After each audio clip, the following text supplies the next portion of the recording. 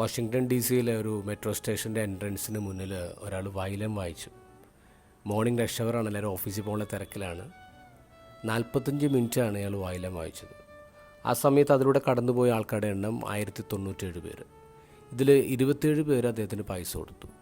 7 പേര് മാത്രമാണ് 1-2 മിനിറ്റെങ്കിലും അവിടെ നിന്ന് ഈ വയലൻ വായിക്കുന്നത് ശ്രദ്ധിച്ച്. അദ്ദേഹത്തിന് അന്ന് ആകെ കിട്ടിയത് $52. ഇനി ഈ വയലൻ വായിച്ച ആളെ അറിയണ്ടേ? ഇദ്ദേഹത്തിൻ്റെ പേര് ജോഷുവ ബെൽ. ലോകത്തെ ഏറ്റവും വലിയ സോളോ വയലിനിസ്റ്റ്, ക്ലാസിക്കൽ പ്ലെയർ. ഇദ്ദേഹത്തിൻ്റെ വയലിൻ്റെ വില $3.5 മില്യൺ. 2 ദിവസം മുമ്പ് അദ്ദേഹത്തിന് ഒരു ഷോ ഉണ്ടായിരുന്നു ബോസ്റ്റണിൽ. അതിൽ വിറ്റുപോയ ടിക്കറ്റിൻ്റെ വില $100. ഇത്രയും ഫേമസ് ആയിട്ടുള്ള ഒരു ക്ലാസിക്കൽ പ്ലെയറാണ് വായിച്ചതെങ്കിലും അതിലൂടെ കടന്നുപോയ ആരും തന്നെ ഈ മനുഷ്യനെ തിരിച്ചറിഞ്ഞില്ല എന്നുള്ളതാണ്. ഇത് വാഷിങ്ടൺ പോസ്റ്റ് നടത്തിയൊരു സോഷ്യൽ എക്സ്പെരിമെൻറ്റിൻ്റെ ഭാഗമായിരുന്നു. അതിൻ്റെ ഔട്ട്കം സ്റ്റോറി ഇങ്ങനെയാണ്. ലോകത്തെ ഒരു വിശ്വോത്തര വയലിനിസ്റ്റ് 6 വിശ്വോത്തര പീസുകൾ വായിച്ചിട്ട് അത് കേൾക്കാൻ 1 മിനിറ്റ് പോലും നിൽക്കാൻ ആൾക്കാർക്ക് സമയമുണ്ടായില്ല, അല്ലെങ്കിൽ അവർ തിരിച്ചറിഞ്ഞില്ല.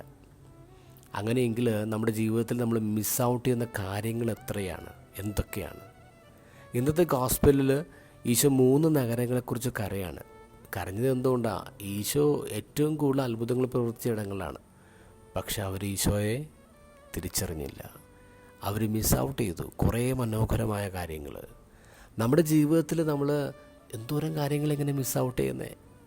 ഇത്രയും പ്രധാനപ്പെട്ട കാര്യങ്ങൾ നമ്മൾ തിരിച്ചറിയാത്ത ഒരു കാര്യം കൂടി ഓർക്കണം. ഈശോ ഏത് നഗരങ്ങളെക്കുറിച്ചാണോ കരഞ്ഞത്, ആ 3 നഗരങ്ങളും ഇന്ന് ഭൂപടത്തിലില്ല. They just vanished.